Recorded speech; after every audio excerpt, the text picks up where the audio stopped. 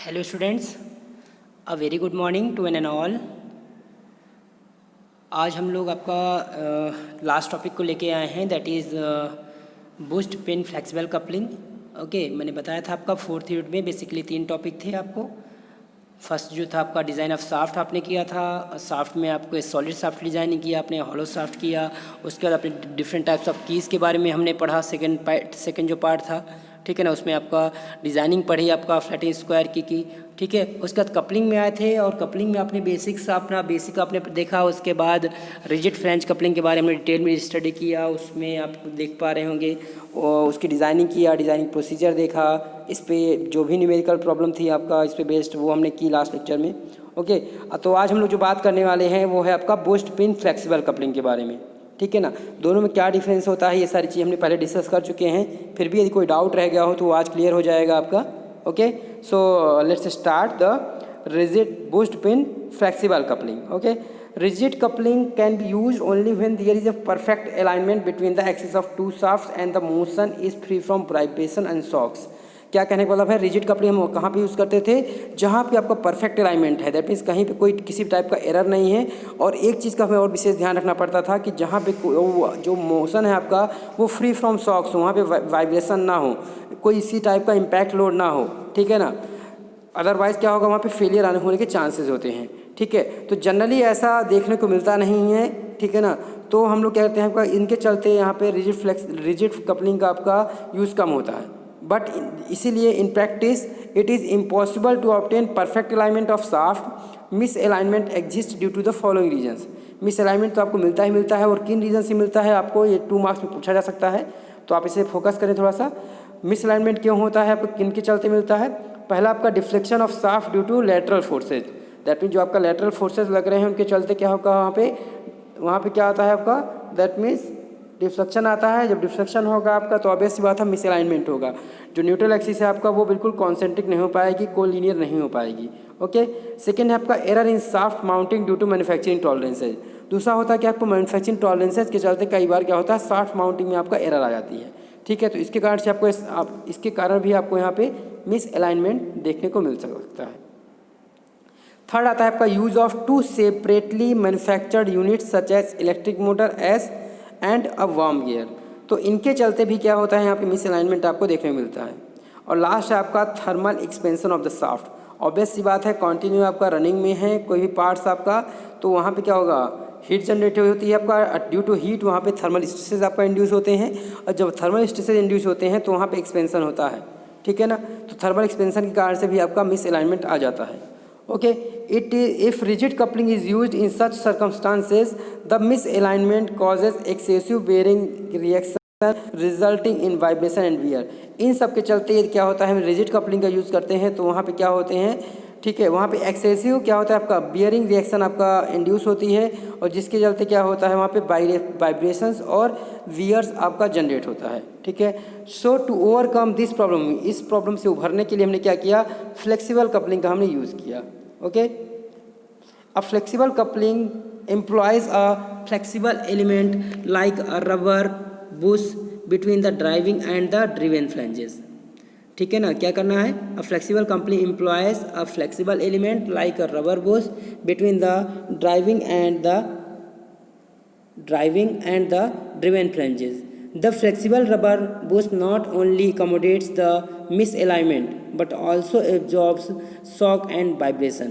जो फ्लेक्सिबल जो rubber use करते हैं, रबर ब्यूस यूज़ करते हैं, वो क्या करते हैं आपका, खाली आपका मिस अलाइनमेंट को ही आपका वहाँ पे नहीं, बल्कि क्या करते हैं आपका शॉक को भी एब्जॉर्ब करते हैं, वाइब्रेशन को भी एब्जॉर्ब करते हैं। The basic type of misalignment between axis of the input and output shaft are shown in figure। ये यहाँ पे दिखाया गया है कि कैसे आपका मिसअलाइनमेंट होता है। तो ये आपका लैटरल मिसअलाइनमेंट हो गया, दैट मीन इनपुट शाफ्ट की जो न्यूट्रल एक्सिस है वो आपका आउटपुट शाफ्ट के न्यूट्रल एक्सिस से आपका कोलिनियर नहीं हो पा रही, दैट मीन्स वहाँ पे कुछ आपका यहाँ पे लैटरल मिसअलाइनमेंट है। जो डेल दिखाया गया है वो आपका यहाँ पे दिख पा रहे हैं, आपका ये लैटरल डिस्प्लेसमेंट है। ओके, एक्सियल आपका यहाँ पे देख पा रहे होंगे आपका, जी आपका एक्सियल मिसअलाइनमेंट को दिखाया गया है यहाँ पे। और लास्ट में आपका angular misalignment, that means particular आपका एंगल पे ही यहाँ पे पूरा से ये इंक्लाइन हो जाती है, ठीक है ना। तो ये डिफरेंट टाइप्स ऑफ मिसअलाइनमेंट है। Okay, the basic types of misalignment are shown here. Okay, so a flexible coupling cannot tolerate 0.5 mm of lateral or axial misalignment. A flexible coupling can tolerate 0.5 mm of lateral or axial misalignment and 1.5 degree of angular alignment. That means क्या बोलते हैं, axial मिसलाइनमेंट है आपका ना, तो axial का लूँ आपका, लैटरल का लूँ कितना तक टॉलरेट कर सकता है 0.5 mm तक, जबकि एंगुलर मिसलाइनमेंट की बात करेंगे तो कितना होगा आपका 1.5 डिग्री तक आपका मिसलाइनमेंट यहाँ पे ये टॉलरेट कर सकता है। So the construction of the flexible coupling is shown in following figure. Construction नीचे दिखाया गया है। It is similar to the rigid type of flange coupling except for the provision of rubber bush and pins in the places of bolts.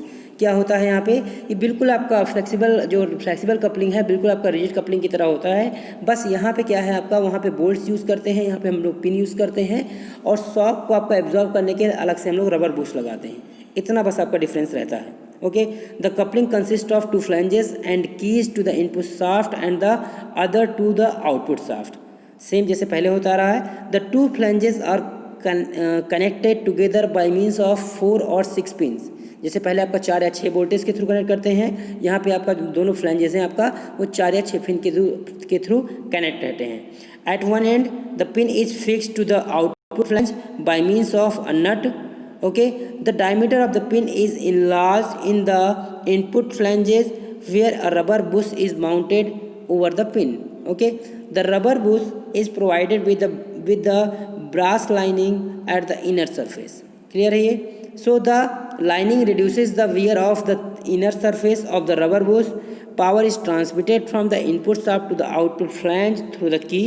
की के through आपका power यहाँ पे transmit होती है, किस में से आपका, कहाँ से, इनपुट शाफ्ट से आपका आउटपुट इनपुट फ्लैंजेस में। Okay, through the key. It is then transmitted from the input flanges to the pin through the rubber bush. उसके बाद करते हैं आपका, पहले क्या था आपका, इस लेफ्ट फ्लैंज से क्या करते हैं आपका राइट फ्लैंज में ट्रांसमिट कर रहे थे ना, बट यहाँ पे क्या आपका इनपुट फ्लैंजेस से कहाँ जाएगा आपका, कहाँ पे जाएगा, रबर बुश में जाएगा थ्रू द पिन। देन क्या होगा, the pin then transmit the power to the output flange by shear resistance. Okay, finally power is transmitted from the output flange to the output shaft through the key. फिर क्या होगा आपका, इस flange से हम लोग क्या करते हैं, आउटपुट शाफ्ट में हम लोग पावर को ट्रांसमिट करते हैं। Okay, the boost pin type flexible coupling has following advantages. Advantages कौन कौन से हैं? First of all, it can tolerate 0.5 mm of lateral और axial misalignment and 1.5 degree of angular misalignment. इतने तक आपका ये अलाइनमेंट आपका टॉलरेट कर सकता है। सेकेंड आपका, it prevents transmission of shocks from one shaft to the other and absorb the vibration. Obvious सी बात है, शॉक्स को ट्रांसमिट कर सकता है, वाइब्रेशंस को आपका यहाँ पे एब्जॉर्ब कर सकता है, ये इसका एडवांटेज है। थर्ड है, it can be use for the transmitting high torque transmission के लिए भी हम लोग इसका यूज़ कर सकते हैं, क्योंकि ये क्या है आपका, जो शॉक्स हैं, वाइब्रेशन है, नॉइस को है, ये क्या करेगा, इसको रिड्यूस करता है। It is simple in construction and easy to assemble and dismantle. Okay, it is easy to design and manufacture the coupling. तो ये आपका इसके एडवांटेजेस हैं, ये इसका डायग्राम दिखाया गया है यहाँ पे। ओके, ये मेरे ख्याल से ये आपका यहाँ पे रबर बुश दिखाया गया है, जो देख रहे हैं आपका हैचिंग एरिया है आपका ना, थ्रेड सेक्शन टाइप का है डायमंड शेप में ना आपका। बाकी पिन क्या है आपका यहाँ पे देख पा रहे हैं, आपका ब्रास लाइनिंग दिखाई गई है, की है आपका, ठीक है। शाफ्ट को इंटरकनेक्ट करने के लिए इनपुट शाफ्ट क्या है, आउटपुट शाफ्ट क्या है, ठीक है जी। आपका क्रॉस सेक्शन यहाँ पे दिखाया गया, क्रॉस सेक्शनल व्यू। ओके, तो ये आपका फ्लेक्सिबल कपलिंग है, जो डायग्राम यहाँ पे दिखाया गया है। तो अभी आपने बात किया किसके एडवांटेज के बारे में, तो नेक्स्ट जो आता है आपको ऑब्वियस कुछ ना कुछ आपका डिसएडवांटेज भी होंगे, ठीक है ना। तो यदि डिसएडवांटेज की बात की जाए तो इसमें बेसिकली जो फर्स्ट पॉइंट आता है, that is nothing but the cost of flexible coupling is more than that of rigid coupling due to additional parts. कुछ पार्ट्स आपके यहाँ पे एडिशनल आपका यूज़ करते हैं, जैसे कि क्या हो गया, एक तो रबर बुश हो गए, ठीक है ना, तो जिनके चलते क्या होता है, इसकी कॉस्ट बढ़ जाती है, ठीक है। सेकेंड जो पॉइंट आता है आपका इसमें, it requires more radial space compared with other types of coupling. जो भी दूसरे टाइप का कपलिंग अपने यूज़ करते हैं उसके कंपेयर में जो रेडियल डिस्टेंस है आपका, ये थोड़ा सा ज़्यादा इसमें हम लोग यूज़ करते हैं। Okay, so the flexible bush pin type coupling are extensively use in practice due to their advantages. तो इसमें क्या आपने देखा कि एडवांटेजेस आपके ज़्यादा हैं और डिसएडवांटेज बहुत कम, ठीक है ना। तो इनके एडवांटेज के चलते क्या होता है, हम लोग Bush pin type flexible coupling सबसे ज़्यादा हम लोग यूज़ करते हैं। ओके, बाकी आप यहाँ पे ये सारी चीज़ें जो हैं ये दैट मीन्स नॉमेनक्लेचर है, आप एक बार देख लें।